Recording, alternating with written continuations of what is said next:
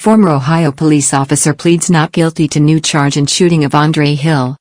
A former Ohio police officer already facing murder charges stemming from the fatal shooting in December of Andre Hill, pleaded not guilty Wednesday morning to an additional count of reckless homicide in the case. Fired Columbus officer, Adam Coy, 44, who is free on $1 million bail, appeared in Franklin County Common Pleas Court wearing a gray suit, blue tie and a mask. His attorney, Mark Collins, entered a not guilty plea on Coy's behalf, and asked Judge Stephen L. McIntosh to make no changes in the bail arrangements.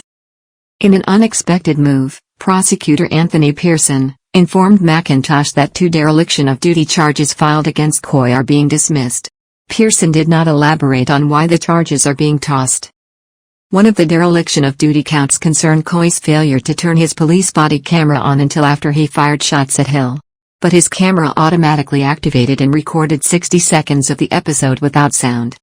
Coy has already pleaded not guilty to charges of murder and felony assault.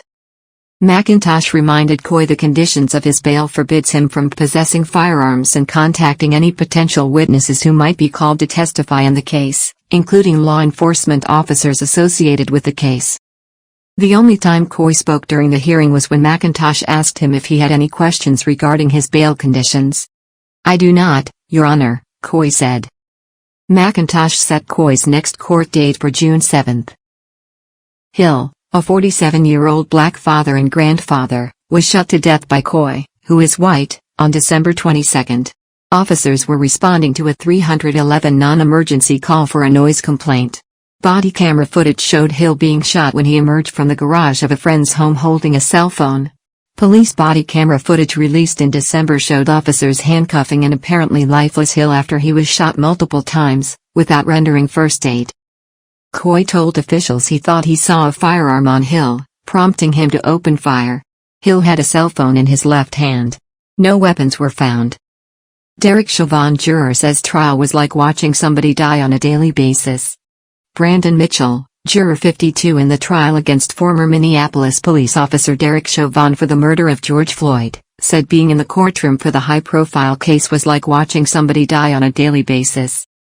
But Mitchell, a 31-year-old basketball coach at North Community High School in Minneapolis, said he and the other 11 jurors didn't watch the news during the trial or deliberations, so they weren't aware of the racial climate or protests going on outside. "We were really just locked in on the case," Mitchell told ABC News' Robin Roberts in his first television interview, which aired Wednesday on Good Morning America. Arizona governor signs abortion ban for genetic issues. Arizona Governor Doug Ducey has signed a sweeping anti-abortion bill banning the procedure if the woman seeks it solely because a fetus has a genetic abnormality such as Down syndrome. Phoenix, Arizona Governor Doug Ducey on Tuesday signed a sweeping anti-abortion bill that bans the procedure if the woman is seeking it solely because a fetus has a genetic abnormality such as Down syndrome. Doctors who perform an abortion solely because the child has a survivable genetic issue can face felony charges. The proposal also contains a raft of other provisions sought by abortion opponents. The measure passed the Republican-controlled legislature on party-line votes over unanimous opposition from minority Democrats. The Republican governor is an abortion opponent who has never vetoed a piece of anti-abortion legislation. Senate Bill 1457 moved through the legislature in fits and starts, stalling twice before moving again amid intense pressure by abortion opponents on GOP lawmakers who opposed some of its provisions. It finally passed both chambers last week. The abortion bill as originally written made it a felony for a doctor to perform the procedure because the fetus has a genetic abnormality such as Down syndrome, and contained a slew of other provisions, including one that confers all civil rights to unborn children. Democrats call that personhood provision a backdoor way to allow criminal charges against a woman who has an abortion.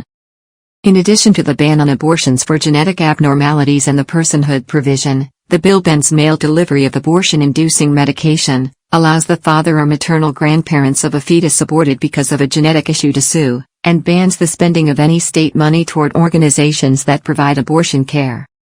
The measure also requires fetal remains to be buried or cremated, and it forbids state universities from providing abortion care. "There's immeasurable value in every single life, regardless of genetic makeup," Ducey said in a statement. "We will continue to prioritize protecting life in our preborn children, and this legislation goes a long way in protecting real human lives." The bill was amended twice to allay the concerns of a pair of Republicans, one worried that a woman would be forced to carry a fetus that could not survive and a second concerned that a doctor's medical decisions could be overruled by a jury. That GOP-backed amendment also clarified that the personhood provision does not ban in vitro fertilization. The Democrats issued a lengthy written rebuttal to the bill after the final amendment. The measure was a top priority for the social conservative group Center for Arizona Policy. Its president, Kathy Herod, routinely backs anti-abortion bills in the legislature. National anti-abortion groups hailed its passage. Minutes after the governor acted, Herod sent out a news release with the subject line "Life Wins." Today, Arizonans win. Arizona children diagnosed with disabilities prior to birth will no longer be discriminated against, Herod wrote in the release. Arizona women will be ensured common-sense safeguards if they choose the abortion pill.